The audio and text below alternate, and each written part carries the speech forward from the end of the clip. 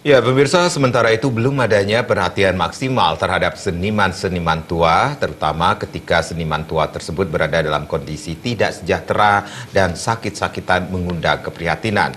Pelaku seni Made Kartika berharap ada semacam konsep dari hulu ke hilir yang dibuat pemerintah untuk memperhatikan kesejahteraan seniman di usia tuanya.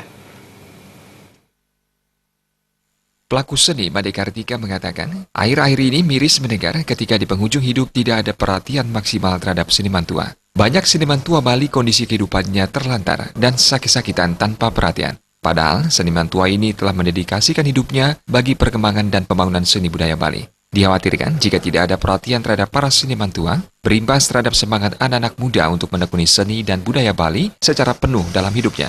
Para anak-anak muda beranggapan bahwa pengunjung hidup sebagai pelaku seni atau seniman tidak ada perhatian. Sebaiknya ada konsep pengelolaan terhadap seni secara general dari hulu ke hilir dibuat pemerintah untuk para seniman tua dengan perhatian terhadap kehidupan dan kesejahteraan seniman tua di penghujung hidup mereka. Hal ini agar anak-anak muda bersemangat menekuni seni dan budaya Bali yang telah menjadi warisan budaya adiluhung. Dari hulu ke hilir, para seniman yang sangat berjasa kepada pelestarian budaya kita ini mesti ada perhatian.